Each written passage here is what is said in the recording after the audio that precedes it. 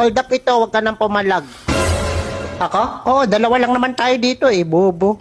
Mamili ka, pera o buhay mo. Wala bang ibang choices yan? Ano to, exam, multiple choices? Ay, sakit sa paskalin. Yung buhay ko, binigay ko na sa asawa ko. Yung pera ko, kinuha na rin niya. Hold upper ka ba o nang-aasar? Wala ganun? Hindi ka binibigyan ng pera? Nang-aasar ka yata eh.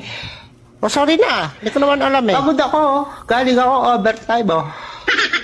Pag sahod ko, wala naman ako nakukuha. Tapos, Wala ganun? Kahit pamasahe? ha?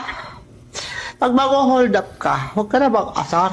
Grabe naman affected mo. Saka ako hold upin mo, yung walang asawa, walang pamilya, ganun. Ano yun? Tatanungin ko muna kung may asawa o wala. May tissue yan. O ito. May iyak ka na eh. Pag hold up lang, walang asaran. Hindi ko naman alam eh. Ang iinis ka eh. Sige, sa susunod tatanungin ko kung Sukan sige. mo, nabubuli ka pa eh. Nag-hold up ka na, nabubuli ka pa.